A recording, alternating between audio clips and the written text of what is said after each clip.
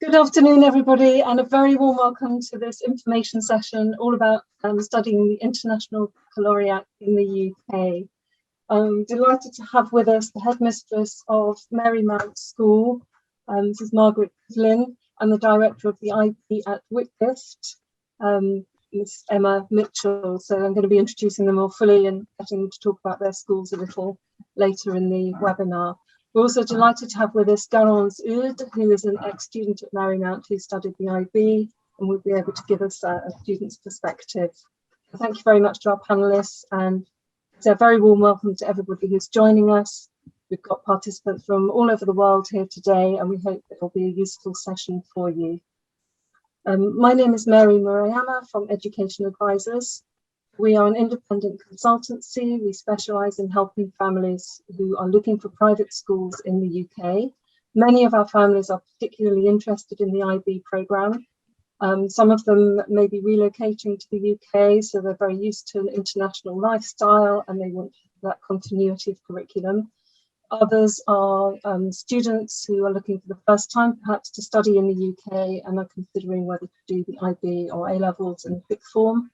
And we have a number of students also from within the UK who are looking at their sixth form options. So I think it should be an interesting and useful session for people in all those categories. So what we're going to cover today, excuse me.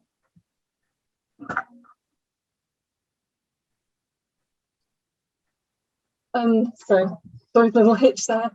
So we'll be looking at what the IB is. So just very briefly, for those of you who are not familiar with it, the International Baccalaureate is a global curriculum. It's taught in over 5,000 schools all across the world and is divided into 4 stages. So there are 4 programs which cover ages 3 to 19. It's a curriculum that aims to develop inquiring, caring, knowledgeable students. We'll go into that in more detail later. So the IB, as I said, it's a global curriculum, but we'll be looking particularly today at how it compares to the traditional British curriculum. We'll be looking at how the IB is so important in preparing students for our ever-changing world. And I know that that's really a key thing for many schools that introduce the IB programme. It is considered to be a really fantastic global curriculum that is designed to meet the needs of young people today. We're delighted, as I said, to have Garance with us today, and she's going to be filling us in on what it's actually like to study the IB as a student. We'll look finally at why the UK is a great place to think about studying if you're looking at doing the IB. And finally, we'll add a little bit about how to choose a school. So some of it is obviously generic. It doesn't apply only to looking at for an IB school, but we'll look at some of the key considerations that you will need to make if this is something that you're considering for your child. Okay, so firstly, it's my great pleasure to introduce Mrs. Margaret Giblin, who's the headmistress at Marymount School. Marymount is an IB school in London. It's a beautiful campus. It's a fantastic school which offers the MYP and the IB Diploma programme for girls aged 11 to 18. So you've got some information on the screen there. I'd like to hand over to Mrs. Giblin to tell you a little bit more about Marymount. Thank you very much, Mary, and it is my great pleasure to be here. Thank you so much to you and to Education Advisors for inviting me to speak at this webinar. And good afternoon to all of you who are watching in, and it is a true delight for me to tell you a little bit about our school here, which is based in Kingston, just 12 miles from central London. And as Mary already alluded to, we're very fortunate to have the most beautiful garden campus here in Kingston. So our school was set up by the religious of the Sacred Heart of Mary, and those educationalists were truly inspirational. And in fact, we are the first all-girls school to adopt the IB back in 1979. So I feel we're in a good position to discuss the curriculum and the merits of this particular academic route. We are very proudly IB, and as alluded to on the slide, we offer solely IB. Our middle years programme runs from our grades 6 to 10, and our diploma programme for our grades 11 and 12. And for us, that full integration of the IB curriculum is hugely advantageous. The middle years programme sets our students up in great stead for their success, not just at diploma level, but also beyond. And as evidenced by our wonderful results this year, we were delighted that over 50% of our students achieved 40 points or more. And to put that in context for those who perhaps are not as familiar with the IB, the maximum allocation is 45 points. And I feel that here at Marymount, our school is a wonderful synthesis of both the IB curriculum and, as Mary said, the fact that it seeks to promote genuine academic inquiry, but also produce citizens who are internationally minded, globally aware. The synthesis of that curriculum with our mission really ensures that our girls leave here as true global citizens who are hoping to make a positive impact on the world. We are an all-girls boarding and day school, and we have a wonderful demographic of many different nationalities represented here at school. So I must say it's not a transient population, but all of that really enhances the experience and lends itself beautifully to the IB curriculum as well. So I hope, Mary, that's given you a sense, and our participants today, of our school. But should you ever wish any more information, I know there'll be some details at the end of this presentation. Thank you so much. That's great.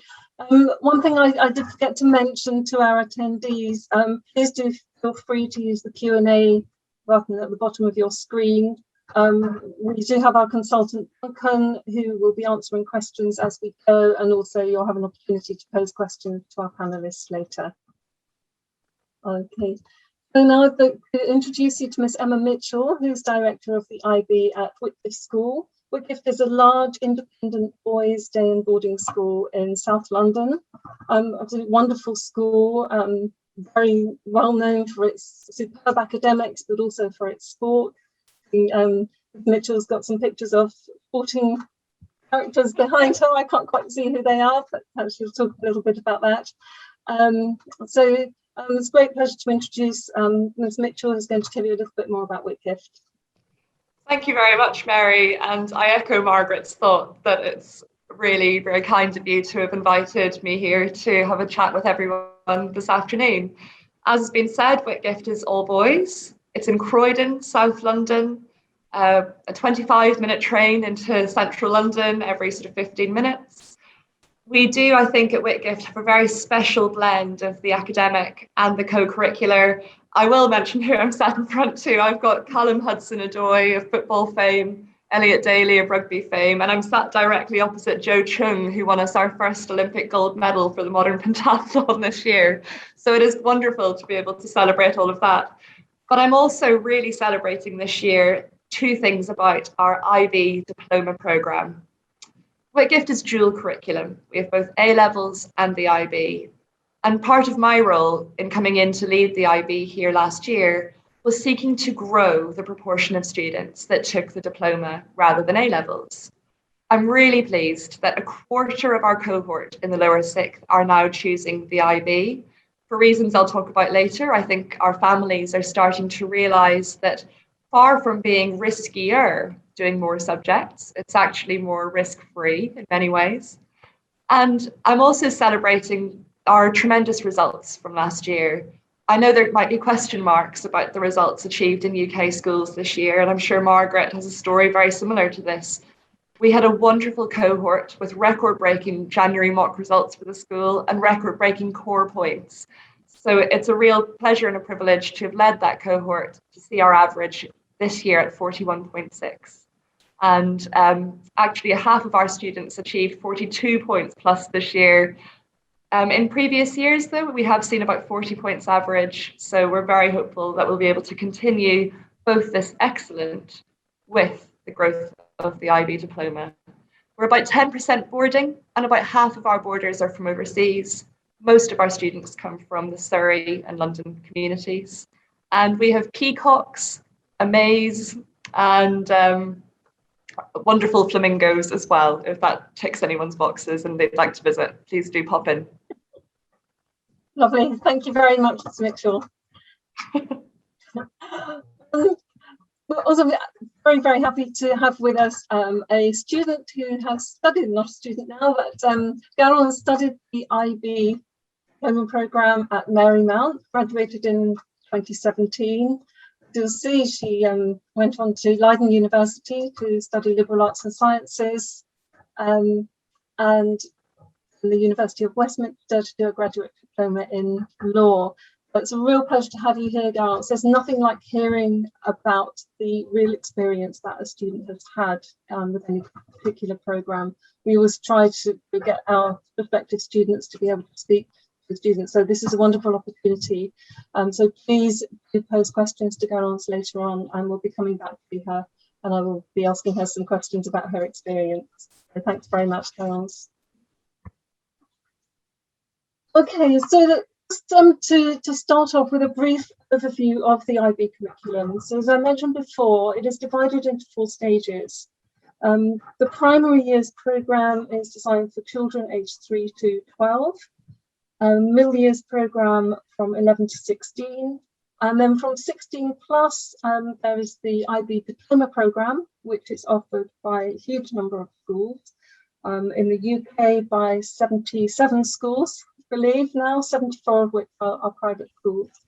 And a more recently introduced programme is the IBCP, which is a careers related programme, which offers an alternative pathway for students who want to focus more on a vocational course. So to say a little bit about the different programmes. So the primary years programme, so it's an inquiry-based programme of study. It focuses on the development of the whole child, including their social, physical, emotional and cultural needs. It gives a strong foundation in key subjects such as maths, social studies, languages and drama, as well as music and visual arts. So it's a very inclusive programme. So I didn't mention science as well, obviously that's a key part of it. Pupils are encouraged to develop an awareness of the points of view of others and to gain an understanding of the wider world. So this is a really strong foundation for the principles really that underpin the IB as they get older. The middle years programme is a very broad programme as well. So I'm going to hand over to Mrs. Giblin to tell you a little bit about the middle years programme, because obviously that is the curriculum at Marymount, isn't it? It is indeed. Thank you, Mary. Yes, so for us, the middle years programme is hugely advantageous for our students. As Mary said, it is a student-centred learning approach. And here at Marymount, for us, it's very important that our students are known and understood as individuals, and it is our aim to really identify and help students develop and utilise their skills and talents. And a curriculum such as the MYP or the DP really fosters that within them. So it's offered to students aged 11 to 16. For us, that's our grade 6 to 10. And it really gives a broad and balanced curriculum. Mary alluded to those fundamental core subjects, but also there is a breadth to the curriculum that ensures that that natural curiosity of the learner is really piqued and is fostered. For us, our students are really acquiring the knowledge and the skills and the attitudes that they would need to be successful, not just in the diploma programme, but actually in life. And they're learning content, but actually what they are learning also in addition with that is how to learn. And that is a wonderful attribute of the middle years curriculum, because within that there's an element of inquiry, action and reflection. And even here at Marymount, when we finish any unit of inquiry, our students spend time reflecting, not just on what they have learned and understood, but what they've learned about themselves as a learner. And that is a wonderful, that self-reflectiveness is a wonderfully mature skill to be developing in students aged 11 to 16. We also, building on that, aim to sort of engendering the students that sense of global awareness and that contextual learning. And that's sort of a unifying thread across the MYP programme. The idea that what they are learning is placed within the context of their lived experience, which adds meaning and relevance to what they are, what they're doing in the classroom, to what maybe they're being assessed on. And within that is the ATL skills, the attitude to learning skills. I'm sure Emma will probably refer to them as well when she talks about the diploma.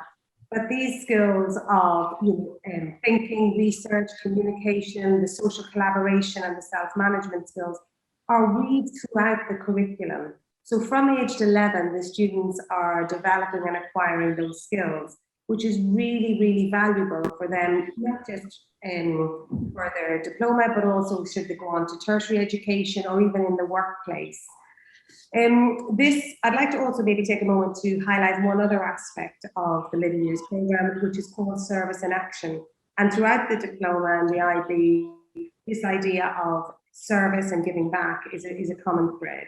And for us, the service in action really is demonstrated through our students' commitment to contribute to our school community, the local community, or our global community.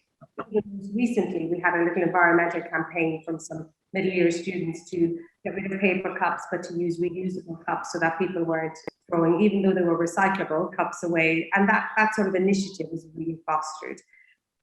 At the end of the middle years programme, schools have two options. Every student will do what's called a personal project. That is a personally chosen academic endeavour, which uses research skills, the acquiring of knowledge, and actually the process is probably more important than the outcome. It's what have they learned during this process.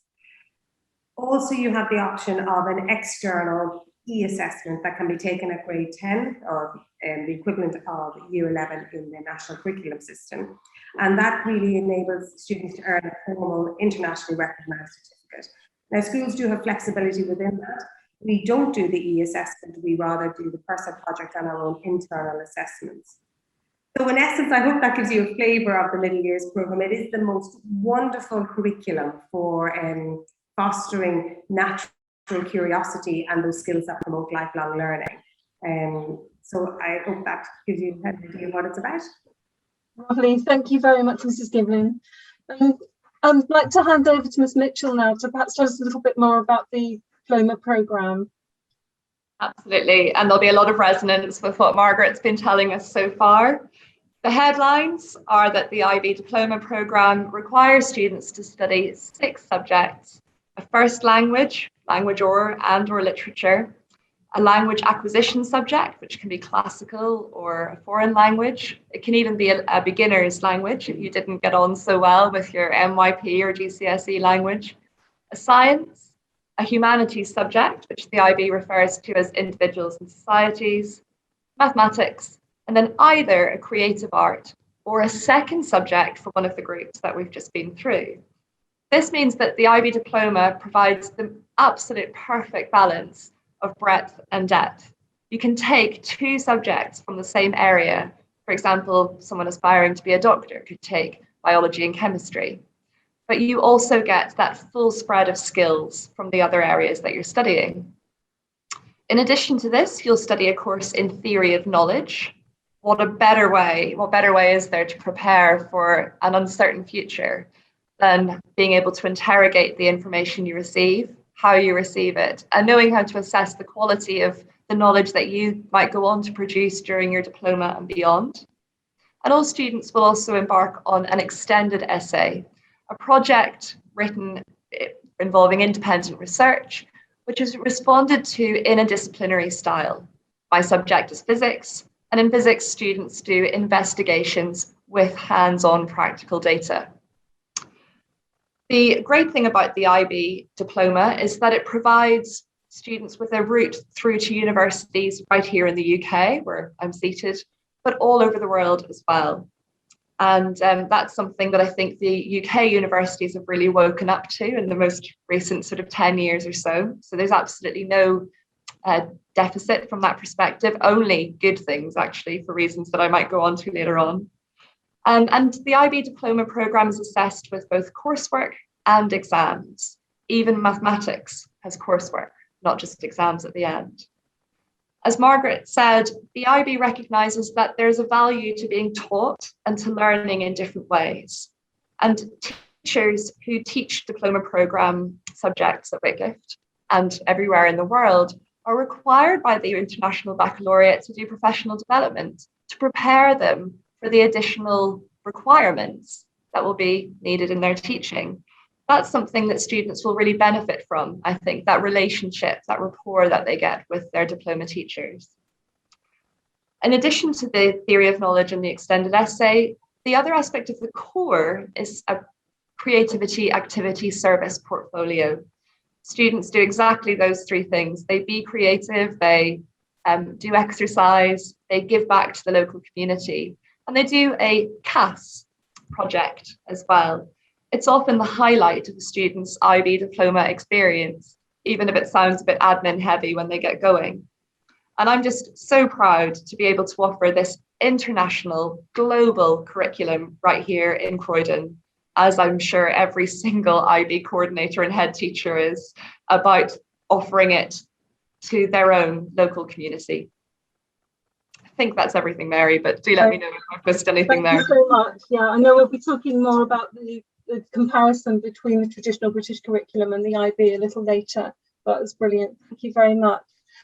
So just briefly, I'd like to mention the careers related programme, which is offered by an increasing number of schools, a few in the UK. I think it's an increasing number, and certainly overseas. And as a company, we run a website, ibschools.com, which includes information and data about IB schools worldwide. And we are finding an increasing number are looking at this as a really excellent alternative curriculum for those students who perhaps feel that the IB is going to be too academic, or simply that they want to focus on a different pathway, that they may be interested in a specific vocational area that they want to develop.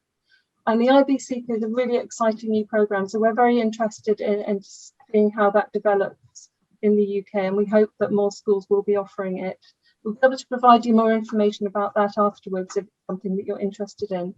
But this might be an interesting time, and bear with me, this is a nice experiment for us. We haven't done a poll before on one of our webinars, but I'd just like to poll the attendees to see which programmes it is that you are particularly interested in. So if you bear with me for a minute, and I'm hoping that this is going to work well. So if you would please answer this question: which IB stage is of interest to you? UIP, the MYP, the IB Diploma, or the IB Careers Programme? No, I don't know. Can you see the results of that? No. Right. Okay. Well, I'm going to say thank you so much for everybody who has answered that poll. I don't know how to share it, so I'm going to read out the percentages. So 61% of you are interested in the 16 to 19 age group, 32% in the 11 to 16 age group, and 7% in the 3 to 12 age group. So that should help us a little bit. Obviously, there's a strong interest in both the MYP and the IB diploma stage. So, as I said, afterwards, we will be very happy to follow up with more information about any of the programmes. So you just need to ask for those in the Q&A session. Thank you very much.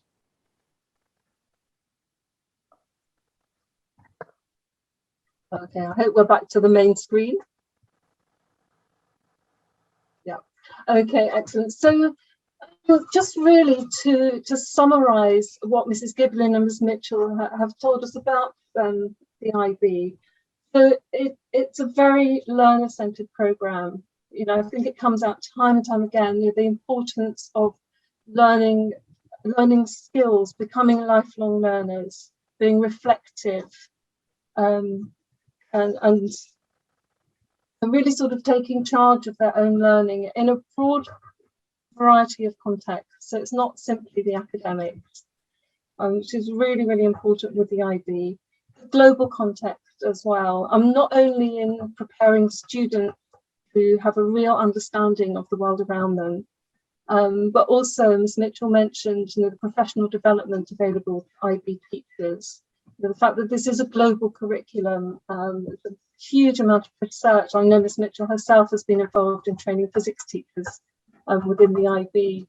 It is a wonderful professional network of very inspiring and inspired teachers. And that's something obviously that will pay off for the students as well, because the teachers have access to these wonderful resources. The wider context, I think, is absolutely key when we're thinking about the IB. You know, certainly when I was at school, the focus was very much on the subjects, you know, what you're learning in the classroom, the content, and it all seemed quite disparate. You know, there wasn't much connection between the different subjects except what you might make yourself in quite a random way. I think, you know, one of the really important things about the IB is that wider context and the interdisciplinary nature of the learning. And I think, you know, you both mentioned the importance of the service and the action as well. So giving students a wider view of who they are and developing it as young people. So an awareness of their local community and the volunteering perhaps that they might be doing, as well as the wider global context. And these are obviously really, really valuable skills to develop for young people. So I think we might say more about the philosophy as we move through the webinar, but that's just really to give you an overview.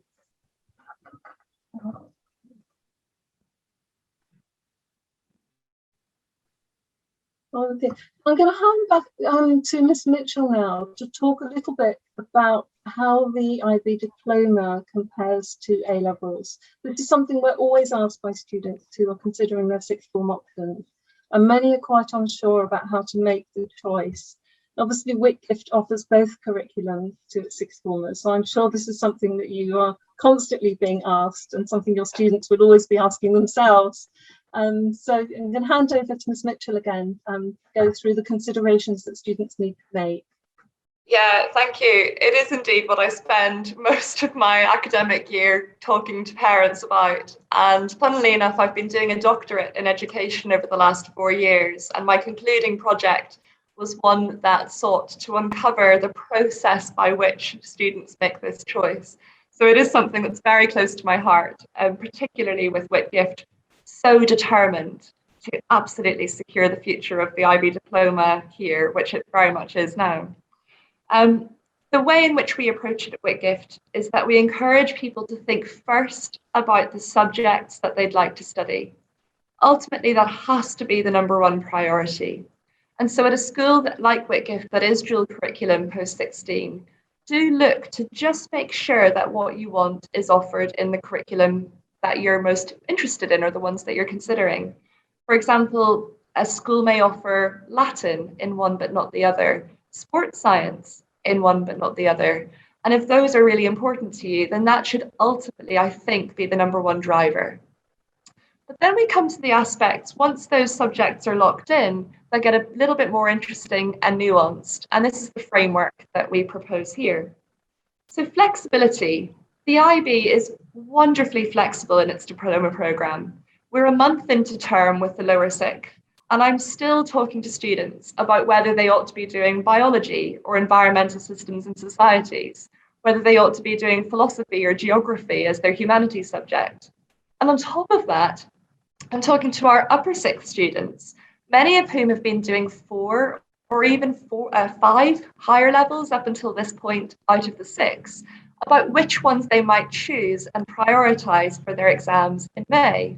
That's not something that can be done quite so easily with an A-level curriculum, certainly not here where each subject is given a tremendous amount of timetabling, and so a huge amount of content has already passed students by. So if for students who are unsure, the IB is fantastic. But I'll also say that the IB is a wonderful course to study for those who are sure as well. And I'm going to skip workload for a second and get to depth.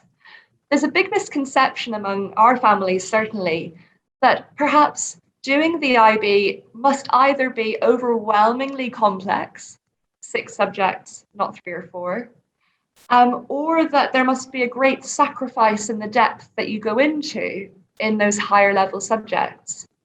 Well, I actually think it really strikes the perfect balance. Again, in physics, the subject I know and love the best, we actually teach more in the IB than we do in the A-level. We do quantum physics, Heisenberg's uncertainty principle. We spend much more time on electromagnetic induction. And I'll stop there, Mary, on that. But the way in which it gets balanced out is that the grade boundaries to get the top scores, to achieve the very best that you can, are a little bit lower in the IB. The diploma programme favours students who seek to develop themselves as whole learners, rather than those seeking mastery and precision and excellence in a small few. The workload issue is a question that I get asked about a lot. You don't have double the timetable if you're doing the IB and diploma in comparison with A-levels, because the standard level subjects have a reduced allocation. And even for mixed classes, and we do have a few of those where students do higher and standard in the same group, the standard level students might get a term off at some point to make up the time. And because of those slightly suppressed boundaries at the top end, it means that we don't need to give as much timetable over to our higher levels as we do to A-levels. So a typical IB student at Whitgift will have 3 or 4 additional periods in comparison with an A-level student, which is enough to really motivate and encourage those students who benefit from teacher guidance, but not so much as to give them no free time at all. And the way in which I would describe it, if I move on now towards results and university admission, is that the same student would need to put in the same amount of work either way to access the same university. For an A-level student, they've got to sculpt their own supercurricular programme and find that extra work to do to build themselves up to that standard. For the IB student, it's guaranteed. They can't avoid coursework. They can't avoid the projects. And so in that sense, it's perfect for those students who sort of either who want to know where they stand in the world. The IB with its 45 points maximum means that you truly know if you're in the top few thousand, but also for those students who need to be told what to do, who really benefit from that guidance. The results at Whitgift show, and I think there's not too much of a bias either way in terms of academic excellence, show that you can be an average IB student and get yourself 38, 39, 40, 41 points, all of which exceed the entry requirements for most of the very most competitive universities in the country and in the world. With A-levels doing 3 or 4 subjects, that's quite high stakes. If one of those lands below an A grade, then all of a sudden you could find yourself in a bit of trouble when it comes to that university process. At Whitgift, the extras for the IB are compulsory. They're built in, that theory of knowledge, that extended essay, that creativity activity service portfolio. But actually A-level students find themselves with things to pass the time as well. Extended project qualifications. A lot of schools offer general studies or critical thinking lessons on top of their A-levels. So the extras aren't really a basis on which to make the decision. And I will also just mention sort of downsides that people perceive. Sometimes people say to me, oh, I really don't want to do a language, or I can't possibly consider doing maths for another 2 years. Well, what a shame to cut off the universities who perhaps really value languages, or those degree courses that might benefit from that little bit of maths, you know, on the basis of whether or not you liked them when you happened to be 15 or 16. Really important that you choose positively your curriculum rather than worrying about the negatives. I think, Mary, that's everything. But trust me, it takes me an hour to go through that with our parents here. Yeah, it's a brilliant, really, really useful synopsis there, and I hope quite reassuring for people who are worried about workload and the lack of depth, etc. Really useful. Thank you very much. I'm going to hand back to Mrs. Giblin now. As I know this is a subject that's very close to your heart, about how the IB prepares students for an ever-changing world. Would you like to enlarge on some of the things we've spoken about already? Certainly, thank you, Mary. And actually, much of what I will say will probably echo what Eva has already mentioned, because I tried to whittle it down. It is quite difficult with such a great program to whittle it down to sort of 3 or 4 key areas that I think really are significant. And the first one is curriculum. And as Emma has already outlined, The idea of having that breadth and not closing doors too early, I think, is a wonderful benefit of the IB curriculum. And the programme really aims to develop in the students both the breadth and depth, but it's also focusing on not just the intellectual development, but the physical development, the emotional development, and the ethical development. And the holistic nature of that curriculum really does prepare our students for the world in which they're going to enter. They are acquiring skills that are not just purely intellectually based or purely based on being able to pass an examination, but acquiring those skills that are going to benefit them when they go to university or in the workplace. And quite anecdotally, I was chatting to a parent recently at our back to school evening, and her elder daughter had gone to university, and she said in the first 3 lectures she could identify the IB student through their use of questioning and through how relaxed they were within that sort of environment. So that's the curriculum as in the content side. The other reason I think the IB prepares students for an ever-changing world is because it is a non-governmental curriculum, and it is a curriculum that's run by educationalists.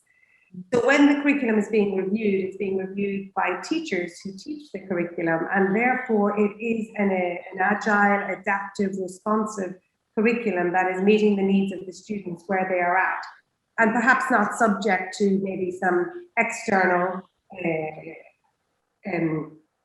some external whims potentially that might come in with those sort of less non-governmental curriculums. So really that's hugely important. The second thing that I think prepares students brilliantly for an ever-changing world are the attributes of the IB learner. And we've spoken about this both in the MYP and in the diploma. And to those viewers who are looking solely at the diploma, who perhaps haven't done the middle years programme, please be reassured that many students enter at that point and really do succeed and benefit. But the IB programme really does develop that sense of inquiry, open-mindedness, risk-taking, care, compassion, all of which really are attributes that are sought in the world today. You know, their overall aim, which they state themselves, is to develop internationally minded people who recognise their common humanity and shared guardianship of the planet and help create a better, more peaceful world. And any curriculum that has that as an ultimate objective must be valued and certainly is preparing us for the world in which they would enter. Linked with the learner profile skills of inquiry, etc., we also have the attitude to learning skills, as we've talked about, that research, that communication, that collaboration. So all of those are fundamental. And the third area I'd like to speak about, which I'm sure maybe Garant will also refer to in her experience, is that global context, that international mindedness. You know, we are aware that the world is a smaller place. We're so connected. And yet, in many respects, it can feel quite closed. So the fact that through this curriculum, our students are both inwardly reflective and outward looking, I think really prepares them for what the world will bring.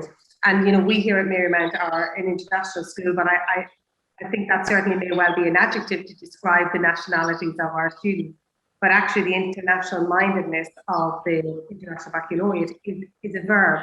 And we very much live that out here. It's a doing word. It's having that approach and having that global context. So in essence, I think the holistic educational approach and the fact that it seeks to develop the person to their full really does prepare them to enter not just the university education, but actually the world, the workplace, and life in general. So I hope, Mary, that gives you sort of a potted overview. It was very difficult to narrow it down, but yeah. No, it's brilliant. Thank you very much. Yeah, I think this is a great time to bring in Garance now, who's been listening to all this. In a way, we've been listening to the theory of the IB and how it is from the teacher's perspective. So let's hear now from Garance, who's going to tell us a little bit about the student experience. So Garance, can I start by just asking you a little bit about yourself, if you could just fill us in on your background and how you came to choose the IB as your sixth form curriculum? Yes, so I am French. I was born in France and I lived there for the first 7 years of my life. And then with my parents' jobs, we were required to move to England. And initially I was going to an English primary school, so I was under the English system. But then we had to move to Finland, and it was a bit more complicated over there because I mean, with the Finnish system, I had to speak the language, which I didn't. So that's when my parents actually chose to put us in the MYP. I actually started in the MYP and then went on to do the IB. And so that was my first introduction to this sort of curriculum or system, let's say. And I loved it, and my parents loved it from the second we joined it. I think it was a very encouraging and nurturing system, very different to what I'd known in the past. And then when I came back to England, having done the IB in Finland, my parents and I loved the IB so much that I decided to do my last 2 years here at Marymount so that I could undertake the IB. And yeah, that's where I graduated. So that's a bit about my background quickly. Right, that's great. And which subjects did you do within the IB diploma? So at higher level, I did French A. I did the bilingual diploma. So I had French A, English A, language and literature, and I had music. And then my standard levels were psychology, maths, and biology. Okay, great. So a lovely wide mix of subjects there. Yeah, exactly. Which was really cool. One of the things that we're often asked by prospective students of the IB is, how will I manage the workload? Because I know that it's quite easy to just kind of discount that from the teacher's point of view, but actually for a student it can look quite overwhelming, having to study 6 subjects plus all the additional elements. So how was that for you, Carol? I mean, honestly speaking, even having done the MYP, when you first start the IB, it is a bit of a shock. I'm not going to lie. It is the first month or so, it's a bit of a readjustment. But I mean, speaking to my experience here at Marymount, the teachers were very, very encouraging. And, instead of always kind of being on your back and saying, oh, you have to do this and make sure you handed it on time, it's a very sort of nurturing environment where you're kind of shown how to get things done on time productively, and you actually learn to enjoy it over time. And it doesn't become quite as daunting after the first 6 months. So yeah, I think it's manageable. It's just really, it's an adjustment when you first start it. But once again, speaking to my experience here at Marymount, I think the teachers are a large part of what help you adjust, because they're really there encouraging you and showing you the ways to get through the IB efficiently and to manage this workload. And I mean, by the end of 11th grade, you're used to it, and you just know what you have to do to get it done on time and to get it done well. Okay, so that time management is obviously quite an important part and a fantastic skill to learn, really, for future study or for working. Yeah. And what about the CAS aspect, Garance? So that's another thing that a lot of students are a bit unsure about if they've not had to do anything like that before. Could you talk us through what you did for that? Yeah, so I actually really enjoyed CAS because it sort of takes you out of that more academic aspect and allows you to have more creativity, but it still be part of your school program essentially. And so for me, part of my CAS was actually doing sports. I was part of the varsity football team and the varsity basketball team. And so it was great that, I had this sort of outlet, and it could be part of my CAS. And then another part of it was volunteering. I think I volunteered at homeless, at animal shelters. I think I did a variety of activities. I can't quite remember them all, but I actually really enjoyed the CAS aspect because I think it teaches you some of the essential sort of IB key learner skills that I think was mentioned previously. But in a less academic way, it allows you to go out and do things and to sort of learn how to be a risk taker, or how, a bit more leadership, whether in the sports aspect. I think that really helped me. So I think it helps you learn all of these essential IB skills, but in a more, I don't want to say not in a more fun context, but you're not in school doing it anymore. So it's actually quite a nice way to learn. Skills, I guess, that you learn throughout the IB as well. Yeah, no, that's great. And I think that goes back to something that as Mitchell was saying about, the IB incorporates all these other skills that universities are looking for students to have developed during their sixth form studies. So it's really great that it's all kind of encompassed in your overall programme. What did you find most enjoyable? I know it's really difficult just to pick out one or two things, but what would you say, looking back, were the highlights of your time studying the IB? Studying the IB, I think a highlight for me is something that I actually didn't necessarily like about the IB at first, but that I grew to love, was how you're constantly encouraged to share your ideas and the sort of feedback you get. I think the IB for me was a very safe environment. I was someone that, you know, when I was in a classroom, I hated speaking up. The idea of a teacher asking me to answer a question was just the worst thing. I would literally hide in the back of the classroom. And actually, doing the IB, you're sort of in this environment where there's not necessarily one right answer. You know, you're looking at one subject from multiple angles. And so it's very, you know, you're encouraged to actually give your views and your opinions and to hear and respect other people's as well. And I think that was something very enjoyable for me, because over time I became really comfortable with actually speaking in front of other people and having conversations on, you know, the difference in views. It's not, you know, it's not necessarily a negative thing where you're debating like, oh no, this is wrong and this is right.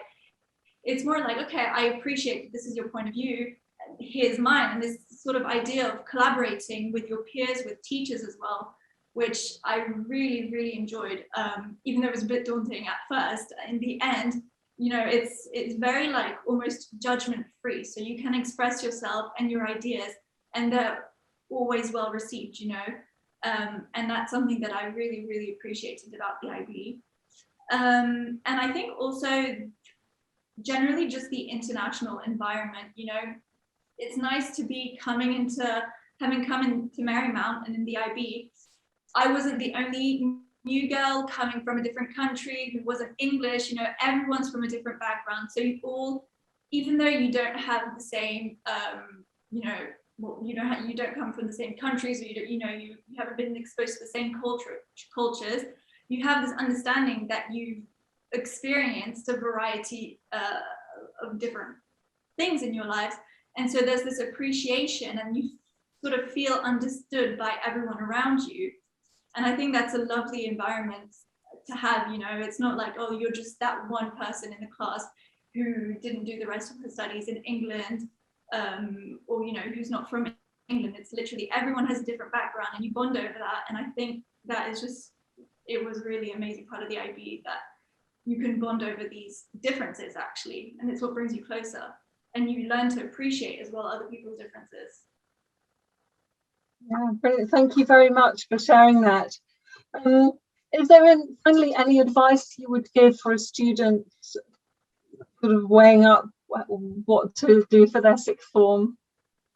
I mean, I'm biased, I guess, at the end of the day, because the IB is all I've really ever known. But I mean, I just think the IB helps you really develop a passion for learning. Because like it's been mentioned already by the other panelists, is that the way you're encouraged to learn really allows you to appreciate the art of learning, and it allows you to become curious about so many different things. And I think, having done the IB myself, it has helped massively in my further studies going into university. I feel like at times I was at an advantage because of, yes, sometimes the IB is difficult, but because of that difficulty, actually, when you go into your university studies, it actually almost seems easier because you're already sort of used to that pace. And so it really made that whole, you know, my undergraduate and even my postgraduate experience a lot easier for me, because I'd had so much experience with that sort of like rigorous program beforehand. And so when I compared to my other friends who didn't necessarily do the IB, I actually saw that for me it was a massive advantage in that sense. So that's definitely one of the big reasons why I would recommend the IB, but also just in general, it's a very, very nurturing environment, like I've said before. And it's just a fun way of learning. I think it's a genuinely fun approach to learning. And it keeps you wanting, like you want to learn more essentially, because there's such a variety of things you learn within one subject. And I think that's just amazing.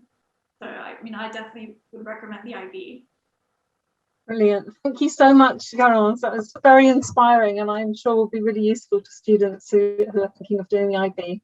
Thank you very much. Okay, so just a couple of slides at the end. So this information session is about studying the IB in the UK. So we've got fantastic schools represented here. So just like to look at some of the reasons why you might look at studying the IB in the UK. So for domestic students, by which we mean students who are already studying in the UK, probably taking GCSE, that's the most common curriculum taught here. Why might you consider the IB for your sixth form studies? Well, I think Garance has given us many reasons here. It is a very holistic and very engaging way to learn. I think that really came across very strongly, Garance, how much you'd enjoyed the challenge of the style of learning within the IB, and that global context as well, which, I mean, you're obviously really delighted in working with students from all over the world in that international context.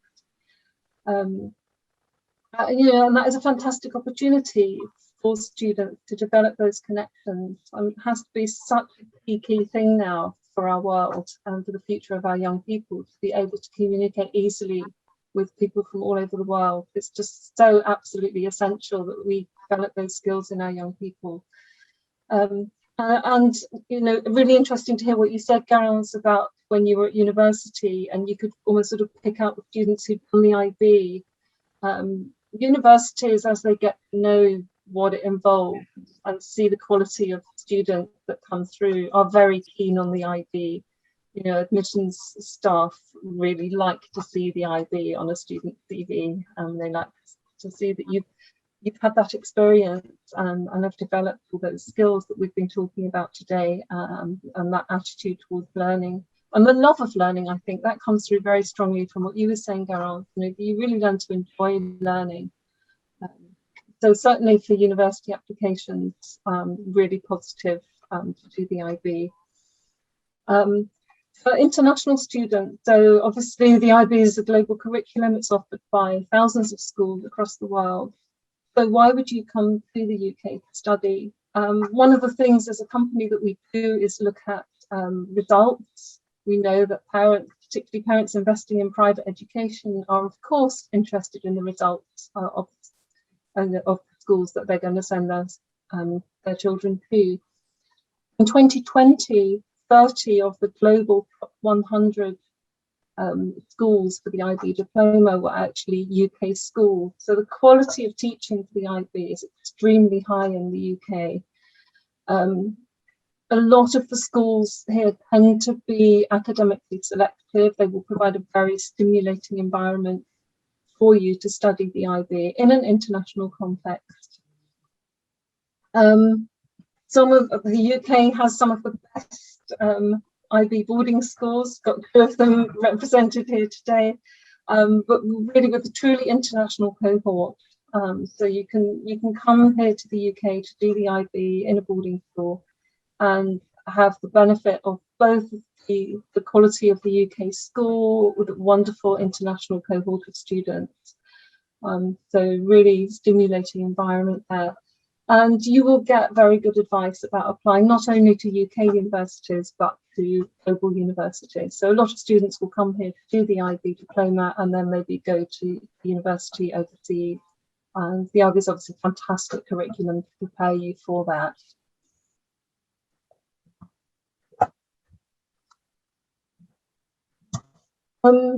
So just briefly, what we do is advise families who are looking for schools. So just a few things really that are important to consider when you're looking for a school. So this is obviously focusing on the IB Diploma at 16 plus. We can of course give advice to parents who are looking for schools for younger children. There are some standard considerations that we always guide parents through when you're looking for a school. Some of these are listed here. So the location, for many parents that's moving to the UK, they'll be looking for schools close to where they're going to be living and working. schools such as Marymount and Whitgift, very close to London, they're very popular, obviously, with relocating families. If you're looking for a boarding school, we always advise don't be too fixed on the location initially, because it will limit your choices. So try to be open-minded and really look at the school and whether it's going to be a good fit for your child. Academics are important, so do look at the average results of the students. It's never the whole story, and a school that's achieving 45 points in the IB is not necessarily the right school for your child. So very important to look at each individual child's needs and their interests and to match those, and that's what we spend a lot of time doing. I think one important consideration is to look at the cohort size of the IB. Many schools here offer, like Whitgift, a choice of A-levels and IB. You want to make sure there's a sizable number of students doing the IB curriculum, if that's what you're choosing. It may not be a very significant point for all families, but generally it is something that we would advise you to look at. Certainly bear it in mind if you're looking for the IB in a school that offers both curriculums. Some schools are stronger in terms of sport, music, drama, etc. If these are passions of your child. So these are always things that we would take into account. A lot of children might need some additional learning support, so that's also something to look at. And perhaps you might be interested in schools offering the careers programme as well, and to feel your child would be better suited to a more vocational route. And also a very key point there, which is involved, and it's something which Miss Mitchell mentioned. I think the first point you mentioned, actually, the subject choice is absolutely key, because you have to enjoy what you're studying when you get to 16 plus. You'll spend a lot of time in the classroom doing it, so it's important to enjoy your subjects. And just finally, be aware of the 2022 registration deadlines. Some schools have deadlines, other schools have a rolling admissions process, but they do tend to fill up very early. So really, really important to be aware of those deadlines and the process for applying. We can give you a lot more information about that. But just to point out here, we've got Whitgift's deadline for 16 plus registration is actually next Friday, the 8th of October. So if you are interested in applying to Whitgift, you do need to get that done as quickly as possible, and we'll be able to advise you on the process. Marymount has an open day on Saturday, the 9th of October. I know this is the first actually on-campus open day for some time, which is wonderful. And there will also be some virtual events during the term. So again, you can contact us for more information on that. Okay, we're almost coming up to the hour, so I just want to bring Duncan in now and see if we have any questions for the panel.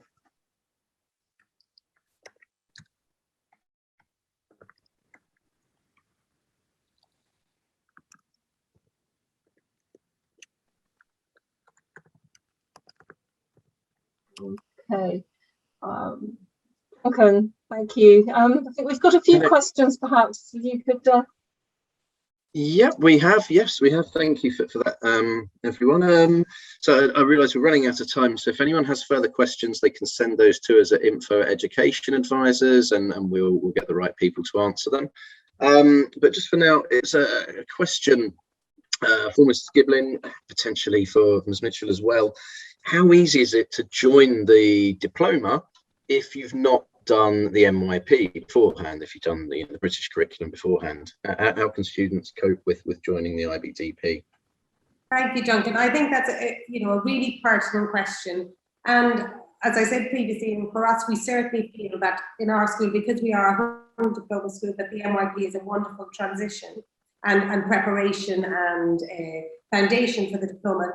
But that is not to say, as I said previously, that students who have come through a national curriculum, either here in the UK or elsewhere, cannot join and benefit from the IB curriculum. We have students who join us in post-GCSE or post other national curriculums, And what I would say is that most schools, I would like to think any school worth their salt, will also have a period of induction where they are assisting the students with this, perhaps the IB way of learning, really trying to foster those IB learner profile attributes that oftentimes they may well be in the individual anyway. And sometimes the MYP is a way of teasing those out in a more sort of demonstrative way. So helping the students to identify them earlier, but it is possible, and it isn't going to be necessarily a disadvantage to students if they are coming into the diploma having not studied in the IB curriculum in the PYP or MYP. But obviously we have seen the advantage of that, but definitely students do it very successfully. So please don't be concerned that you have closed any door to the diploma route, because you haven't. I'm sure everyone will probably articulate that coming from a dual economy school. Completely agree. All take everyone welcome. Everyone welcome. Great, thank you. And also, Ms. Mitchell, perhaps you could answer this one. How do the UK's top universities, Oxbridge, obviously, perceive the IB diploma? I guess specifically in comparison with A levels. Yeah, Cambridge unashamedly want the best. They will make you an offer, and I won't hide from this, of 42, 43 points with, at least 2 7s at higher level, because frankly, they've got that choice. Oxford, take a different tack. They make offers of about 38 points, usually with 666 at higher level, because they recognise that they're very good in their admissions process of spotting the students who will ultimately go on to get 42 or 43 points. So both very warmly welcome applications from IB students, but Oxford is the one that in particular to more obviously display its enjoyment of it. Durham and Imperial, there's a bit of a mix there as well. Durham, quite pro IB, if not more IB than with A level. Imperial, like Cambridge, will not shy away from giving out some extremely high offers. But as I said earlier, if you're the same student with the same amount of work will get into the same university. So those are the same universities looking for double, if not triple A star now at A level. Okay, terrific. Thank you. That was very in depth. Thanks. And a similar kind of question, really, but this time with the focus on applying to US universities. So you study your IB diploma in the UK. You want to do your undergrad degree in the US. Do you still need to take SATs for that? I think both of you schools will have students go on to university in the US. Yes, we do. I don't know whether if you want to, but yes, they would have to, obviously, for the entry requirements for the US. We have students who go to the US, to Canada, to Japan, to Europe. And yes, whilst they do the IB diploma, they will also need to do the SATs and maybe the SATs or whatever the entry requirement is for the country where the university is based. But as with, I'm sure, Emma's school, we do have a wonderful college counsellor or higher ed advisor who really prepares the students for that and is able to support the students in managing both the diploma workload and the preparation for university. And I think that's part, I'm sure Emma might agree, of the advantage of the diploma is that we do have those skills of time management, et cetera, that helps students do that. But yes, they would have to still do those entry requirements. Yeah, full endorsement. Thanks, Margaret. That's great, thank you. And actually, we have a question for grants as well. It's quite specific. It's asked you to comment, and this might put you in a difficult position, asked you to comment on the extracurricular activities and pastoral care at Marymount. What do you have to say about that? I mean, I personally, when I was studying here, I thought, there were lots of extracurriculars offered. Like I mentioned, I was on the basketball and football teams. And there were a lot of different activities that were offered. For the pastoral care, I'm not quite sure on that. I'm not going to lie.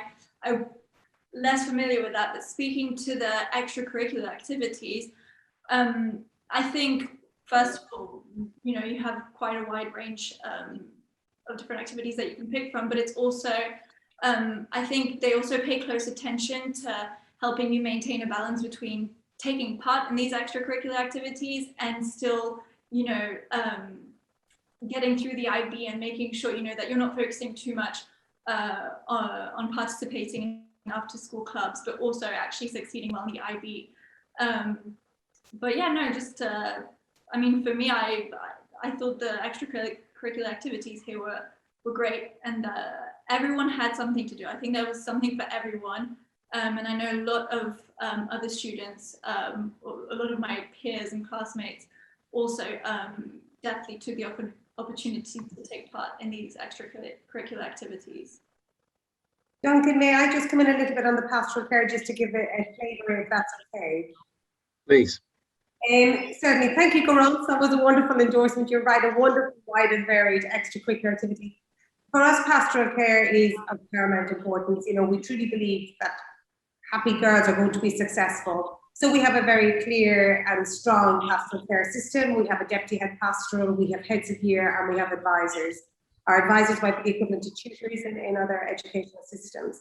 And fundamentally, each student we're very fortunate to have small class sizes and small advisor groups, so probably 10 students to each teacher. And really the focus is on ensuring their not only their academic well-being, but also their personal, emotional and spiritual well-being. So there is a real emphasis on nurturing that holistic development and flourishing of the student. And the pastoral care, in my unbiased opinion, is absolutely wonderful here, and there's a genuine commitment to each and every student who is known and cared for as an individual.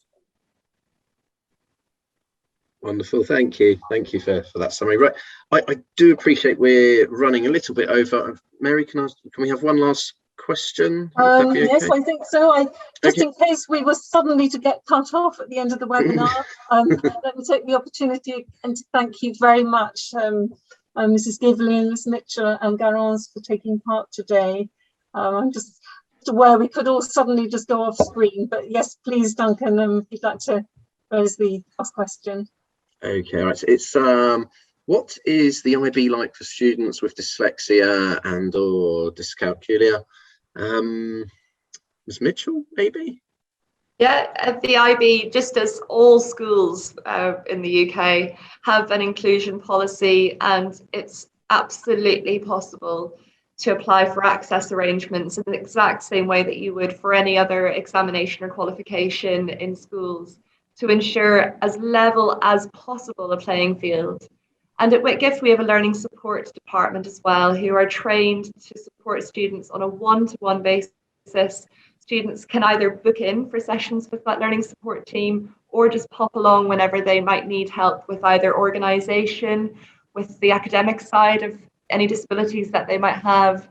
And I think it's fair to say that within the 2 years that we have available with our students, we do the very, very best we can to absolutely level the playing field. And I know that the International Baccalaureate as an organisation are wholeheartedly committed to anybody who wants to take its programme being able to do so and to thrive in the process. That's great. Thank you for clarifying. And just, yes, for anyone who does have a similar question, I mean, we will happily look through school reports, ed psych reports, and have a consultation with anyone to have a bit of a chat about what might be suitable. If we've missed your question, we'll try to get back to you once we're offline. I think you know we have to wrap up now. So thank you again, everyone. And Mary, back over to you. Yes, I can just repeat your thanks, Duncan. I hope that was a useful session for all the attendees. Certainly useful for me to hear more about how you as schools are delivering the IB. Very inspiring, and we are here to help. So please do get in touch with us if you'd like any more information about applying to these or any other schools, or just would like to have a chat with us about the best programme and the best schools for your children. Thank you so much, and we will leave it there. There will be a recording of the session available, so if you would like to have a copy of that, please do just email and we will send that to you. Thank you very much. Have a good weekend, everybody. Thank you. Thank you, Mary. Thanks, everyone. Thank you.